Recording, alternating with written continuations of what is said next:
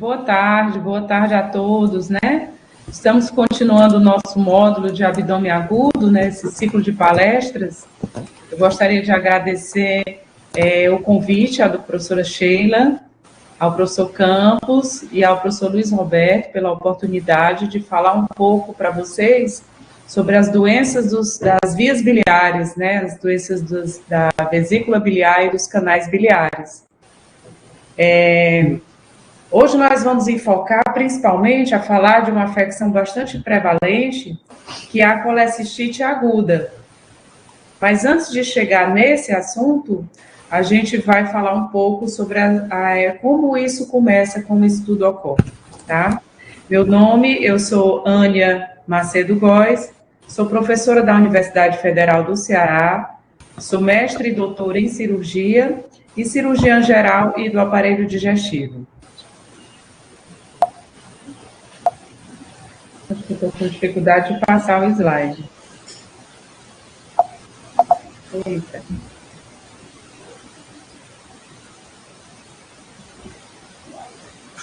Então, revendo a anatomia do sistema biliar, é possível, todos já conhecem, né, o sistema biliar, o fígado produz a bilis.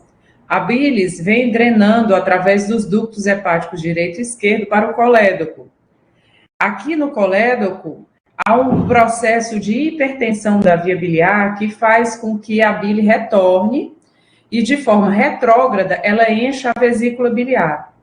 Lá na vesícula, então, ela fica depositada, a bile fica depositada e vai ser excretada conforme haja o estímulo alimentar, através da liberação do hormônio chamado colecistocinina. Então, a bile fica lá na vesícula guardada e a vesícula vai concentrar essa bile e vai excretar somente nas principais refeições do dia. Quando, por algum motivo, há um desequilíbrio na consistência, no conteúdo dessa bilis, pode haver um excesso de concentração, uma precipitação e a formação de cálculos. E aí sim começar todo o nosso problema. Então, dentro da vesícula biliar, a bile vai sofrer o processo de concentração através da reabsorção de sal e água, e dentro também da vesícula há a produção de muco, fazendo com que essa bilis fique mais viscosa. Lá também na vesícula ela vai ser armazenada e excretada.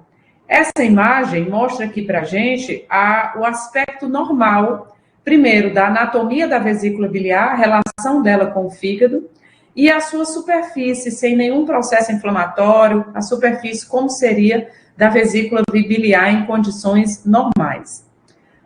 Na bilis, o conteúdo dessa bilis é formado principalmente de colesterol, sais biliares e lecitina, e essa tríade forma a micela, que ajuda na digestão, na absorção dos alimentos lipossolúveis que estão na luz do intestino, no intestino delgado. Então, lá em torno do íleo terminal, é feito um pacotinho da bile envolvendo esse alimento gorduroso, favorecendo a reabsorção desse alimento gorduroso no íleo terminal. E aí se forma, então, esse alimento entra na corrente sanguínea, e na corrente sanguínea ela vai diretamente para o fígado através do sistema porta. Lá no fígado, o fígado separa o que é bom e do que é ruim, do que vai trazer energia, do que é toxina. O que é toxina vai ser excretado na bile ou eliminado na corrente sanguínea, e o que vai ser nutriente vai ser distribuído nos tecidos. Vários são os tipos de aspecto de cálculos da vesícula biliar. Nós temos esse aspecto amarelo esbranquiçado, que são os cálculos de colesterol, e temos esse tipo pequenininho, preto e multifacetado, que são os cálculos de pigmento. No meio do caminho, nós temos os cálculos mistos, onde temos cálculos de colesterol e de pigmento juntos. Os cálculos, eles podem tanto ser múltiplos, como aqui estão apresentados, mas pode ser também uma litíase única, um cálculo único, causando o mesmo tipo de transtorno que múltiplos cálculos causariam. Vários são os fatores que favorecem o surgimento dos cálculos. Obesidade, o sexo feminino, né, considerada a doença dos 4 Fs. Mulher, feminine, né, fat, obesa, fértil e 40, de 40 anos. Então, isso foi descrito, a colelitíase, como a doença dos 4 Fs, porque ocorrem principalmente em mulheres obesas de 40 anos e férteis, na idade média de 40 anos. Então, vários são fatores que podem favorecer o surgimento dos cálculos: a obesidade, o uso de estrogênios, o sexo feminino, a gestação, o jejum prolongado, diabetes mellitus, medicações que reduzem o colesterol do sangue, aumentando assim a excreção de colesterol na bilis, ressecções ileais. Ressecção ileal vai impedir essa reabsorção de bilis, fazendo um desequilíbrio na composição da bilis e assim formando cálculos. A nutrição parenteral, que além de causar o jejum prolongado, ela também é hepatotóxica, podendo aumentar a formação de cálculos de sais biliares. A cirrose, infecções, idade avançada. Como eu falei, nas mulheres, a colelitíase ocorre principalmente em torno dos 40 anos, porém, nos homens, essa doença vai ocorrer depois da síndrome metabólica, em torno dos 50, 60, e quanto mais idade, mais prevalente vai ser a colelitíase, podendo ocorrer em 40% da população.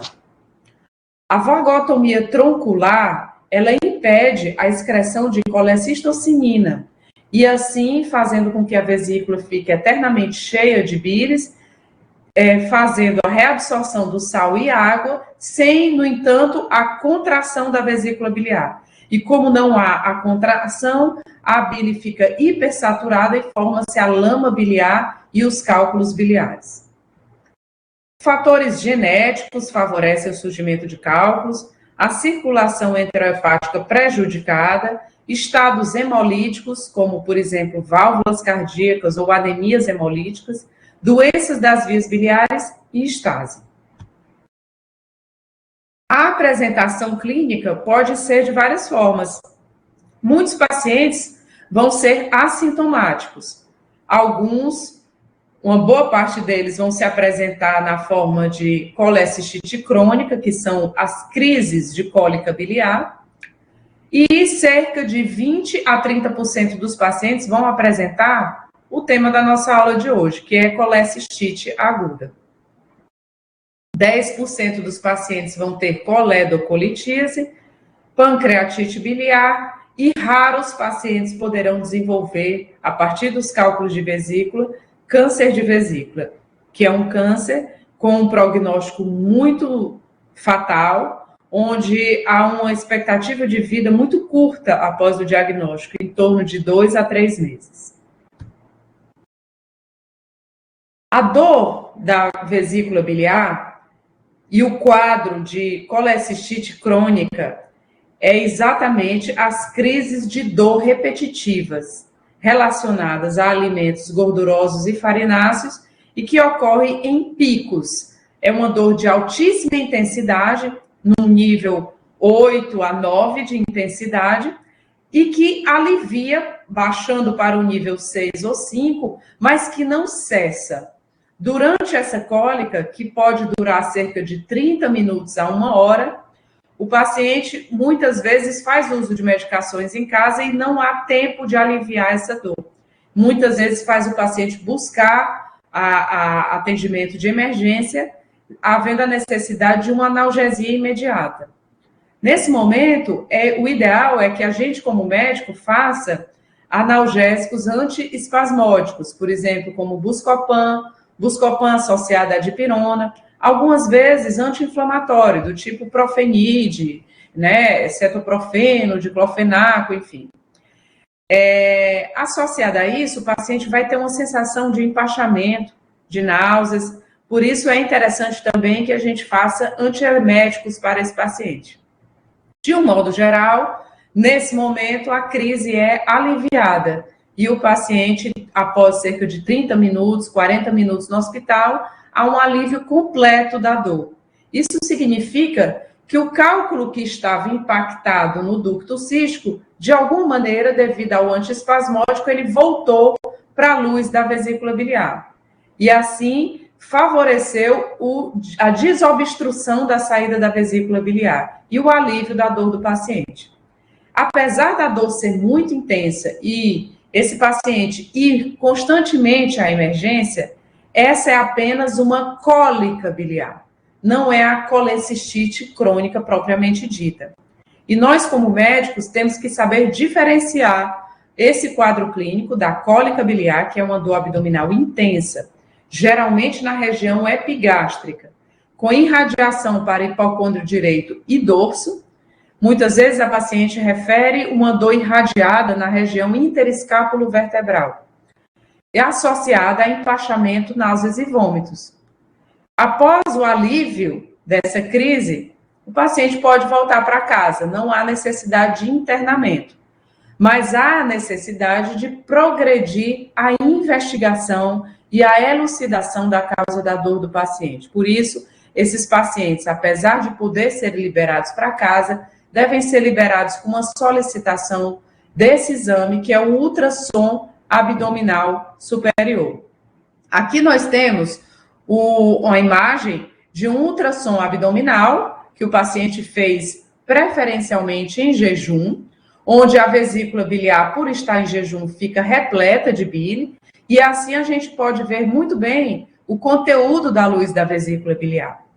Nesse caso, a gente está vendo duas imagens que estão dentro da vesícula biliar, causando um aspecto de protusão da luz da vesícula biliar, e essa imagem provoca o que nós chamamos de sombra acústica ao ultrassom, que nós chamamos também de cauda de cometa, que é o silêncio ultrassonográfico após o som bater na superfície dessa estrutura. Esclarecendo, então, portanto, que se trata de uma pedra e que essa imagem negativa de som que se passa por trás é o silêncio ultrassonográfico, que é a cauda de cometa, caracterizando um cálculo, uma colelitise. Entre uma crise e outra de cólica biliar, o paciente pode se queixar de sintomas dispépticos vagos. Então, sensação de empachamento, de eructação, diarreia relacionada a alimentos gordurosos, cefaleia relacionada a alimentos gordurosos, uma má digestão, o que eles chamariam de azia também, e isso na dieta corriqueira. E quando faz a alimentação mais copiosa, uma feijoada, uma panelada, um churrasco, farofa, então o paciente pode referir a cólica biliar. O tratamento da pedra na vesícula é a cirurgia. É a cirurgia preferencialmente videolaparoscópica. Outras terapias com tentativa de dissolução através de medicações ou dissolução por contato ou litotripsia extracorpórea são terapias ineficientes e que fazem com que em menos de 6 meses, quando consegue dissolver os cálculos, eles surjam novamente. Então, a terapia definitiva é a remoção da vesícula biliar junto com os cálculos, que preferencialmente, hoje em dia, é feita por videolaparoscopia. A colecistite aguda, ela já vai se manifestar diferente. Inicialmente, aparentemente, seria uma nova cólica biliar, uma dor epigástrica de forte intensidade, irradiando para o dorso, associada a náuseas e vômitos. Porém, o paciente segue a emergência, é feita a medicação, o antiespasmódico, o anti-inflamatório, o antiemético, e o paciente não apresenta alívio. Ele apresenta pouco alívio dos seus sintomas, continua com a dor, as horas vão se passando, essa dor geralmente vai durar mais do que 3 horas, mais do que 6 horas, caracterizando o abdômen agudo. Então, nesse caso, é uma colecistite aguda, não mais é uma cólica biliar. E aí o paciente provavelmente não vai mais melhorar só com os analgésicos comuns. Ele vai precisar de terapias associadas. Então, o que é a colecistite aguda? É a inflamação química ou bacteriana da vesícula biliar, podendo causar complicações. E 95% das colecistites agudas estão relacionadas a cálculo, mas 5% delas podem ser colecistite alitiásica, geralmente provocada por isquemia da vesícula biliar. Uma situação bem mais grave, porém bem rara. A relação de mulher para homem é de 3 mulheres para um homem acometido de colecistite aguda. Então, a formação dos cálculos, da mesma maneira, vai ocorrer a hipersaturação da bile e a formação desses cálculos. A obstrução do ducto cístico, nesse caso, não é temporária, é uma obstrução mais permanente, provocando uma distensão abrupta da vesícula, uma ruptura da sua mucosa e a liberação de fatores inflamatórios, pró-inflamatórios, citocinas, fatores que vão favorecer a um processo progressivo de inflamação aguda.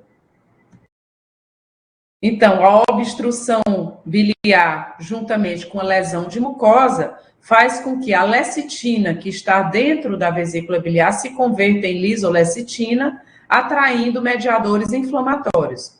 Isso vai fazer com que surja o edema, o espessamento da parede da vesícula, e na presença de bactérias, aí surgem todas as complicações relacionadas à colecistite aguda.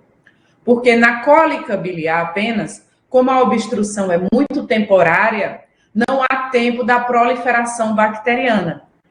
A bactéria não existe na bile normal. A bile normal, ela é estéril. Porém, na presença de cálculos biliares, bactérias moram na superfície da vesícula. E morando na superfície da vesícula, havendo uma obstrução prolongada, dá tempo elas se proliferarem. Proliferando as bactérias dentro da vesícula, vai formando pus misturado com bilis, que nós chamamos de empiema de vesícula, pus dentro da vesícula. Nesse caso, a dor abdominal é mais persistente. A dor fica mais localizada em hipocôndrio direito até do que na região epigástrica. A vesícula é no hipocôndrio direito. Mas na cólica biliar, a dor se manifesta principalmente epigástrica, na boca do estômago.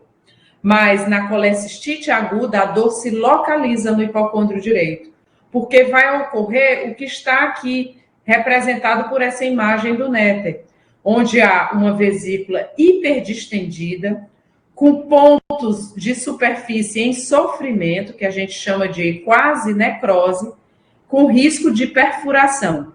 Então, o epíplon gruda na vesícula, o cólon gruda na vesícula, o duodeno gruda na vesícula, todo mundo tentando conter o risco da ruptura dessa bilis, desse empiema, que pode espalhar pus na cavidade toda. Então, cerca apenas de 30% dos pacientes pode abrir a manifestação clínica, a primeira manifestação da cólica biliar, da colelitíase, como colecistite aguda. E é uma dor persistente que dura mais do que 3 horas, geralmente associada à febre. Febre, podendo também ter ou não calafrios. O paciente vai ter uma taquicardia e febre, porque é um processo inflamatório intraabdominal. Então, vai ter a hipersensibilidade abdominal, uma massa palpável no hipocôndrio direito, que é uma bolota de bloqueio da vesícula biliar junto com os órgãos do abdômen superior. O paciente pode ter um sinal de Murphy, conforme está descrito aqui nessa imagem, onde uma mão comprimindo o hipocôndrio direito, o paciente aparentemente estava relaxado, o abdômen estava flácido, porém, quando aprofunda bastante a palpação, empurra o fígado para cima, a vesícula toca na mão e o paciente para de respirar, que nós chamamos de sinal de Murphy. A punho-percussão dolorosa no gradil costal direito também pode estar associada a colestite aguda ou até mesmo abscesso hepático, já em consequência à ruptura da vesícula. O paciente vai ter taquicardia, febre, com ou sem calafrios, icterícia pode ou não estar presente, íleo paralítico e até mesmo sepse. Então, como diagnosticar de certeza qual é a causa da dor daquele abdômen, né? Então, já há uma suspeita, porque existe uma dor no hipocôndrio direito. Ali nós temos fígado, temos duodeno, temos vesícula biliar. Então, já se fecha um pouco o nosso perfil de diagnóstico. Mas, para a gente fechar mesmo esse diagnóstico, a gente tem que pedir alguns exames. O exame que mais é disponível para a gente é o ultrassom abdominal. E é o exame que mais dá diagnóstico de colestite aguda, considerando a população como um todo. Porque, se for falar em sensibilidade, o exame mais sensível para a colestite aguda seria a colecistocintigrafia, que é a cintilografia da vesícula biliar. Porém, esse exame é um exame muito sofisticado, um exame que não há disponível, que tem pouquíssimos aparelhos de cintilografia na cidade e que não é tão disponível. E por não ser disponível, qual é o exame que tem ali ao nosso lado de forma mais fácil? O ultrassom. E o ultrassom da vesícula biliar vai mostrar exatamente esse aspecto aqui. Um espessamento da parede da vesícula, líquido perivesicular, e esse achado dessa sombra escurinha entre a vesícula biliar e o fígado, que é o líquido perivesicular, nada mais é do que o edema que se forma entre a vesícula e o fígado. E aqui eu tenho uma vesícula hiperdistendida com um sobrenadante, provavelmente pus, e um cálculo impactado, provocando uma cauda de cometa, uma sombra acústica. Então, eu fecho aqui meu diagnóstico de colestite aguda, com o ultrassom, que é um exame muito mais acessível.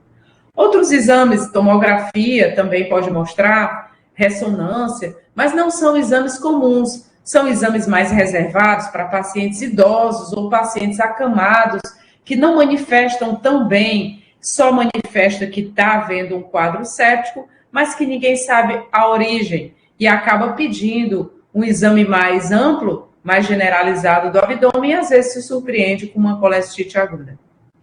Alguns exames laboratoriais vão ser essenciais para a gente avaliar a gravidade clínica do paciente. Então, leucograma, PCR, bilirrubinas, amilase, as enzimas canaliculares hepáticas e as enzimas hepáticas também, porque vai ser diagnóstico diferencial, inclusive, de hepatites e colangite.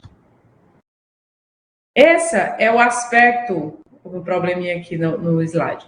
Esse era o aspecto normal da vesícula biliar. Um aspecto azulado, brilhante, quase transparente, onde a gente vê a bilis por trás da vesícula biliar, por dentro da vesícula biliar. E esse é o aspecto na colestite aguda, onde há uma vesícula mais turva, mais espessada, sem nenhuma transparência, com áreas na superfície, áreas pretas, sugerindo áreas em vias de ruptura, áreas de necrose. O diagnóstico diferencial com úlcera, infarto do miocárdio, pancreatite aguda, hérnia de hiato, pneumonia de base direita, apendicite, hepatite e herpes zoster. Como se conduzir na colestite aguda? Inicialmente, é feito o internamento do paciente e o tratamento clínico, o manejo clínico, que é acabar com qualquer estímulo de contração da vesícula biliar. Então, para isso, dieta zero, hidratação endovenosa, porque o paciente não está se hidratando, não está bebendo água, antibiótico terapia, e assim a gente tem como avaliar a resposta desse tratamento. Se o paciente estiver muito grave, tiver aberto o quadro, mesmo assim com critérios clínicos de muita gravidade, esse paciente precisa ir para a cirurgia de urgência. Mas um paciente que inicia a terapia clínica e que apresenta esses critérios de melhora, melhora da dor referida, melhora da dor à palpação, retorno do apetite, melhora da frequência cardíaca e uma regressão da leucocitose no hemograma, eu posso, com esse paciente, planejar uma cirurgia eletiva 6 semanas após a alta desse paciente. Eu tenho como mantê-lo internado, fazendo essa terapia clínica por cerca de 3, 4 dias, receber alta com uma dieta líquida, simples, líquida, pastosa, ainda com antibióticos, para completar seu esquema antibiótico em casa, e em seguida progredir lentamente para uma dieta branda, até a cirurgia 6 semanas depois. Qual é o antibiótico que a gente vai fazer? Antibióticos que cubram bem gram-negativo. Então, ciprofloxacina, aquele velho esquema AMA também pode ser, ampicilina com sulbactam, ampicilina pura, tá? Para pacientes mais graves, com colestite grave ou imunossuprimido, a gente geralmente associa a cobertura também para anaeróbio. Então, amplia um pouco mais a cobertura para anaeróbio, acrescentando o metronidazol. O segunda escolha seria o ceftriaxona e terceira escolha o imipenem, que na verdade é um antibiótico mais sofisticado, que para o paciente que vem do domicílio não há necessidade de iniciar uma terapia tão pesada. Basta um esquema inicial, ciprofloxacina ou ciprofloxacina e metronidazol, vai ser suficiente para tratar esse paciente. E aí, na colestite aguda, como operar? Tem que abrir todo mundo, tem que fazer a cirurgia convencional ou dá certo fazer a cirurgia videolaparoscópica? A cirurgia preferencial é a videolaparoscópica, mesmo na colestite aguda, porque tem como o cirurgião estabelecer estratégias para dissecar a vesícula biliar, mesmo ela estando tão inflamada. Porém, quando passa muitos dias de colestite aguda, talvez essa vesícula seja inacessível, tanto por vídeo, como pode ser muito difícil a cirurgia aberta, a cirurgia convencional. Por isso que a gente fala em tempo ideal. Na colestite aguda, o tempo ideal é a primeira semana da colestite. Passando uma semana de colestite e ainda estando inflamado o paciente, é a pior fase.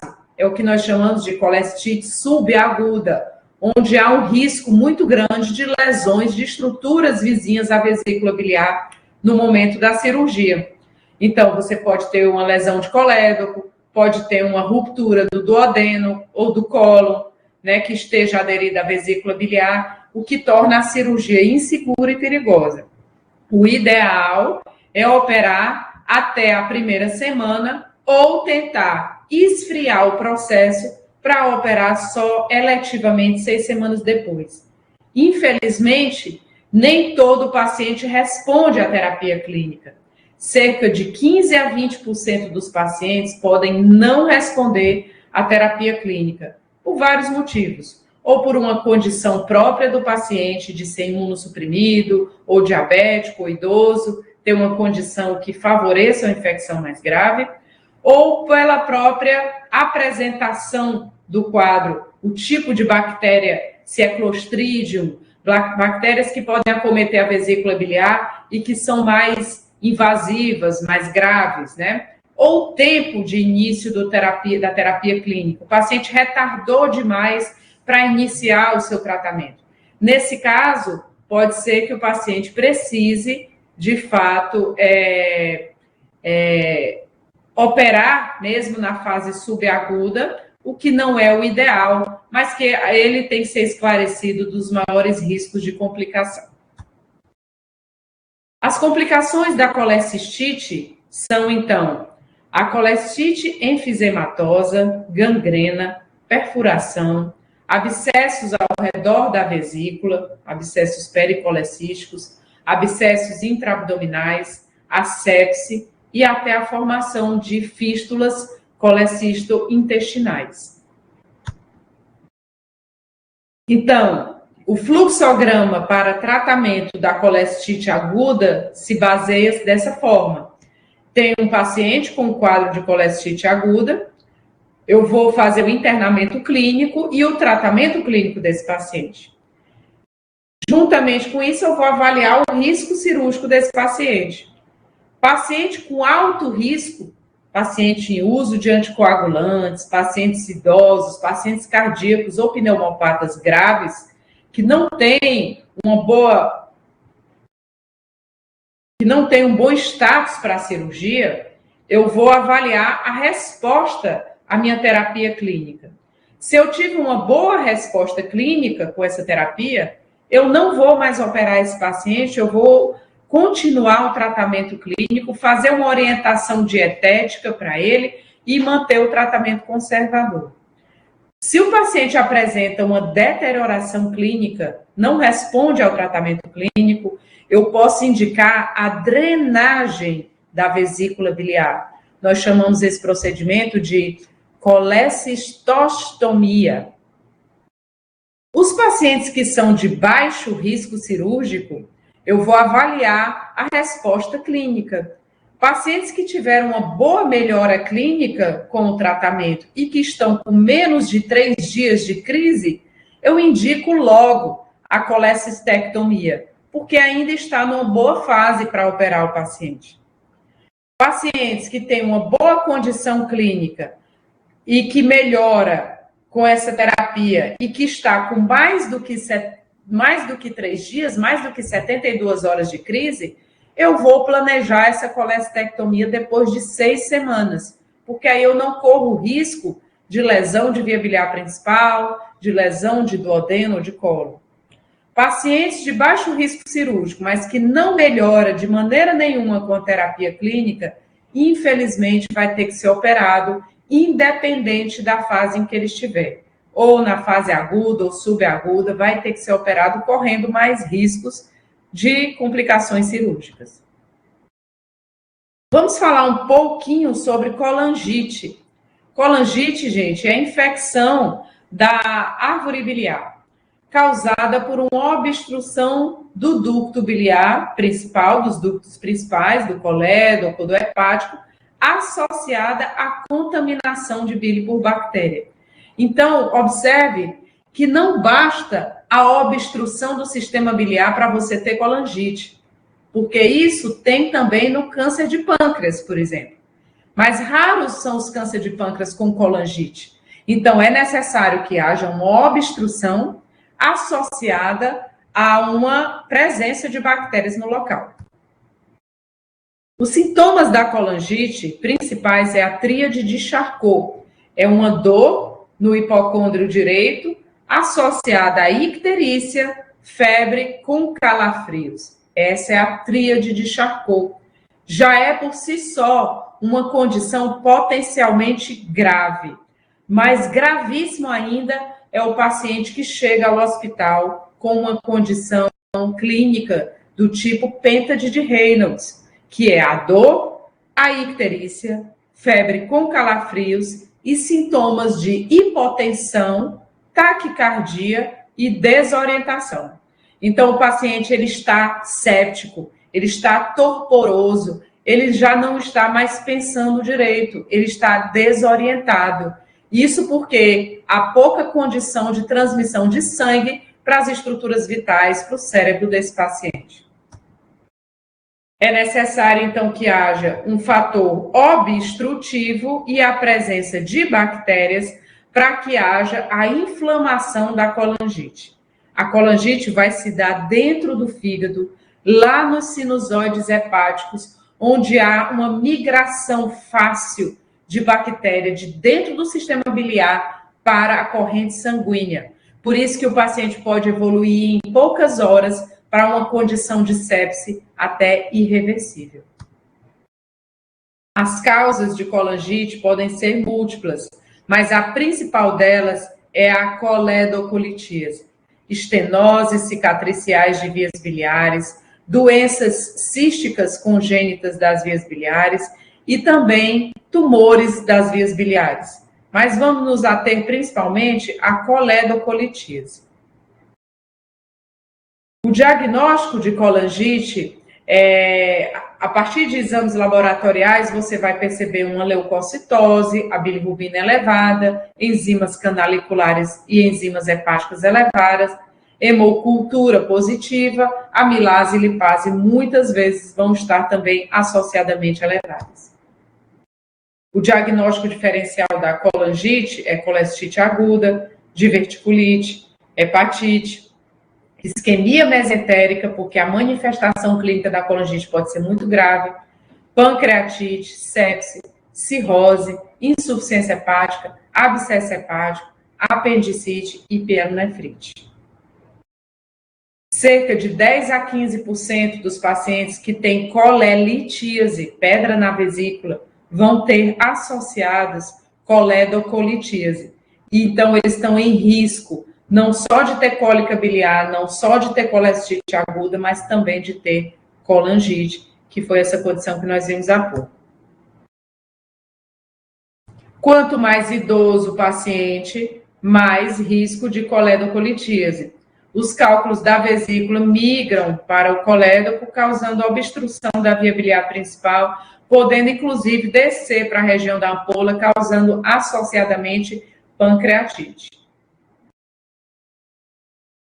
O diagnóstico da coledocolitíase pode ser desde um diagnóstico transoperatório ou pré-operatório, quando há uma suspeita de icterícia num paciente que tem história de cólicas biliares, de colelitíase. Mas muitas vezes o diagnóstico é feito mesmo através de exames mais sofisticados, como colangio, ressonância, ultrassom endoscópico também, ou mesmo a CPRE, que é a colangiopancreatografia endoscópica retrógrada. Aqui algumas imagens com coledocolitíase, por exemplo, essa imagem de uma CPRE, mostrando vários cálculos no colédoco, um colédoco bastante dilatado, e esse aqui um colédoco enormemente dilatado, entupido de pequenos cálculos na via biliar como um todo, e um grande cálculo impactado na região da ampola de Vater. No caso da coledocolitíase, que apresenta manifestação com colangite, é muito necessário o tratamento precoce com antibióticos de largo espectro. Aqui a gente não vai ser econômico em iniciar uma terapia única, tem que ser uma terapia ampla, que cubra gram positivo, gram negativo e anaeróbio, tá? Porque a colangite, ela pode evoluir em poucas horas para uma situação de septicemia. Muitas vezes vai ser necessário a intervenção da via biliar, que pode ser indicado uma intervenção imediata, principalmente para o paciente que está com pêntade de Reynolds.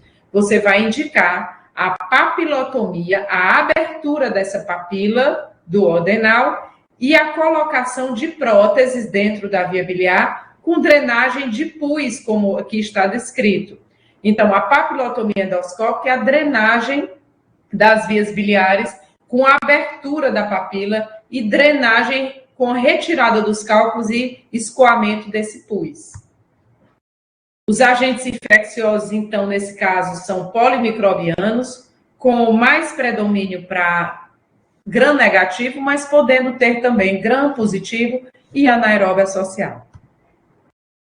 As complicações da colangite variam de sepse, fístulas, abscessos, insuficiência renal, insuficiência hepática, complicações relacionadas às intervenções endoscópicas e o vazamento de bilis para a cavidade abdominal, que nós chamamos de coliperitônio. Os antibióticos aqui são antibióticos de largo espectro. E você tem que avaliar o paciente que tem condição de se manter na terapia clínica ou os que vão precisar de intervenção endoscópica ou cirúrgica. Como se conduzir com o paciente mais grave com colangite? A monitorização, a recuperação clínica, hidratação e ressuscitação, estabilização do paciente. Depois é que se preocupa qual foi a causa da colangite. Então, o diagnóstico, ele entra como uma segunda importância.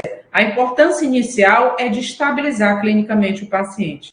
Avalia a necessidade de UTI, a necessidade de solicitação de consultas especializadas do endoscopista ou do cirurgião, para avaliar a necessidade de descompressão nesse mesmo dia, ou nessas horas, ou no dia seguinte, porque provavelmente a necessidade de descompressão na sepse, ela deve ser o mais precoce possível. A CPRE, então, vai fazer exatamente a abertura da papila do adenal, a retirada dos cálculos e a drenagem da secreção purulenta que está nos canais biliares. Já a cirurgia, na ausência de endoscopia disponível e havendo a possibilidade de um acesso cirúrgico, aí é que a cirurgia entra como uma possibilidade terapêutica. É claro que a endoscopia é menos invasiva, é mais rápida, é menos burocrática. Porém, quem está no interior muitas vezes não tem disponível um hospital de referência que tenha CPRE. Mas se houver a possibilidade, é o caso sim de transferir o paciente. Se não, interna o paciente, faz a terapia clínica e chama o cirurgião para fazer a drenagem cirúrgica.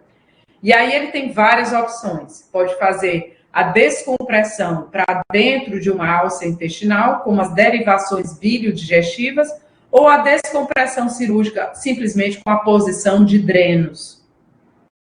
A cirurgia, quando ela é planejada, ela tem uma baixa mortalidade, mas a cirurgia de urgência, ela tem uma alta mortalidade, porque provavelmente o paciente já perdeu muito tempo, ele já está muito grave, ele já pode ter sido manipulado endoscopicamente e ele realmente está com abscesso, com situação de sepse irreversível, por isso a mortalidade cirúrgica pode ser mais elevada.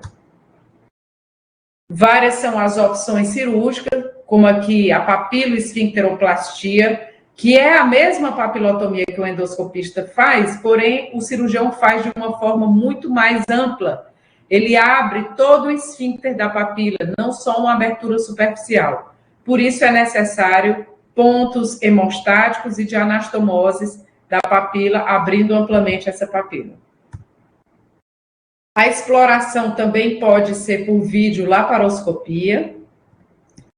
E a situação mais simples, a drenagem mais simples, a descompressão mais simples das vias biliares é a colocação de um dreno em T, que nós chamamos de dreno de Kerr, onde se exterioriza o excesso de bile que está presa, hipertensa dentro da via biliar. É o procedimento mais simples, mas muito efetivo para tirar o paciente dessa condição de colangite. Ok, gente? Então, eu vou terminando a aula, a parte teórica da aula, e me disponibilizo aqui a tirar dúvidas de vocês, tá bom? Muito obrigada pela presença de todos. Boa tarde.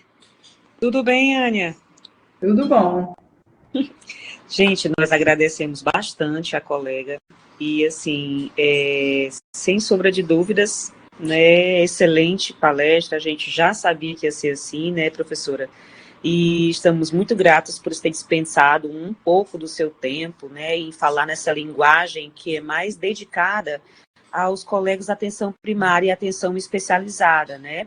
Nem sempre nós temos um cirurgião para chamar de nosso, né, professora Ania? Então, a gente gostaria de que a gente, pelo menos, tivesse uma noção de reconhecimento entre as formas e um discernimento entre as formas que são leves, né, às vezes com diagnósticos diferenciais, né, menos mórbidos, menos letais, para aqueles que possam ser conduzidos e inicialmente antes do paciente ser regulado, ou até, na verdade, dentro de um criticismo, né, para onde esse paciente vai ser regulado. Vai ser regulado para uma UPA, de uma UPA para um sistema de complexidade hospitalar, baixo, médio, alto, nível terciário, quaternário, enfim, né? Então, assim, eu acho que um dos objetivos mais lindos desse projeto, doutora Ania, é justamente aproximar as pessoas de onde elas estão, né, com aqueles que precisam, né, se de uma orientação ou serem orientados em relação ao que fazer com aquele paciente ali naquele momento. E depois, né, de uma regulação, do paciente estar com uma regulação hemodinâmica, já ter feito um diagnóstico diferencial de ou então um diagnóstico de uma complicação, hemorragia, talvez uma sepsis, e a gente sabe que minutos, segundos na vida desse paciente são muito importantes, né? Às vezes os pacientes estão distantes de um nível de regulação, 2 horas, 3 horas, então esses pacientes eles precisam ser bem conduzidos inicialmente, reconhecidos e manejados precocemente, né? Às vezes os colegas não têm exames para fazer um diagnóstico diferencial, não tem uma segunda opinião. Então, às vezes, os pacientes precisam se deslocar até para isso. Então, muito agradecido, essa comunidade de ensinagem ficou mais rica depois da sua palestra. Sem perguntas, se você quiser dar aquele take-home message, né, aquela mensagem final, então fique à vontade e um beijo no coração e Deus lhe abençoe. Então, eu acho que ficou muito claro que tudo tem um leque muito amplo de apresentação, né? A doença biliar tem um leque grande de apresentação, mas que não há dúvida de que mesmo na ponta eu posso fazer muita coisa pelo meu paciente, porque a base do tratamento é a dieta zero, a hidratação e o início precoce dos antibióticos. Se eu conseguir fazer isso, com certeza, mesmo o paciente precisando ser transferido depois, por algum motivo e tudo, eu vou deixar, talvez tirar o paciente dessa condição de maior gravidade, e quando ele chegar lá, ele já vai estar equilibrado, ele vai estar em condição de fazer a terapia definitiva dele. O pior cenário seria eu diagnosticar e simplesmente preencher o papel de transferência e mandar o paciente sem esse início. Porque existe aquela coisa da golden hour, né? Que é a hora de ouro no tratamento das infecções, de um modo geral. E em algumas dessas que eu citei, na colecistite aguda e na colangite, quanto mais cedo eu iniciar um antibiótico, mais eu vou estar evitando as complicações futuras. Então, acho que essa golden hour vai a gente pode trazer esse conceito aqui também. E o mais importante é zerar a alimentação do paciente, hidratar e iniciar o antibiótico. E aí sim, a partir daí, eu não tenho como fazer exame, eu não tenho como fazer diagnóstico, eu não tenho como fazer terapia, mas eu tenho como fazer a minha parte. E a terapia clínica é a base do tratamento dessas doenças que foram citadas aqui. Parabéns, professora. Obrigada, gente. Então, espero que vocês tenham gostado da aula, espero que vocês possam assistir sempre que tiverem dúvidas sobre doença biliar, espero também que eu tenha conseguido passar essa progressão de gravidade de doença, essa progressão de apresentações clínicas que a colelitíase pode nos causar, tá bem? Obrigada, um grande abraço a todos.